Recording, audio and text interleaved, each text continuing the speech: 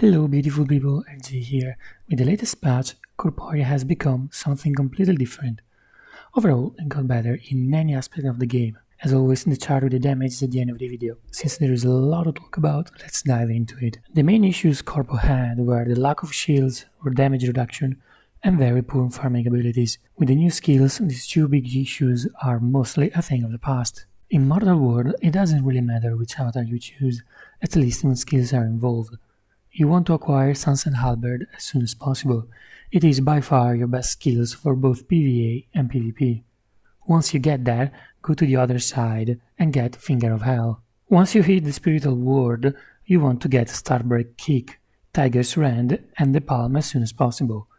That will help you a lot, especially in farming. If you are Brute, get also Tigerly Fist, while Surge if you are Adamant.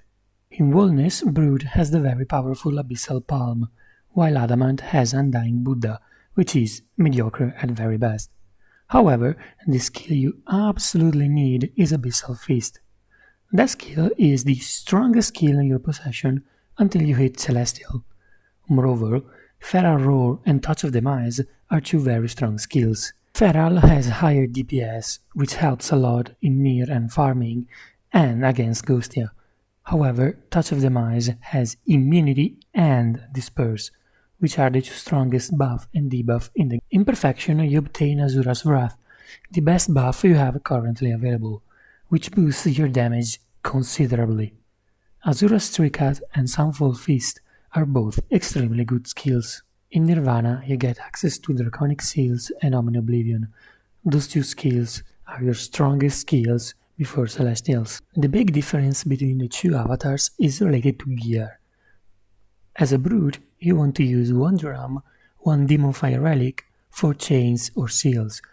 I'm personally more towards the use of chains, but both work. Adamant uses one drum, one map for bells. The bells have a shorter cooldown than anything else, and they give a super easy access to shields.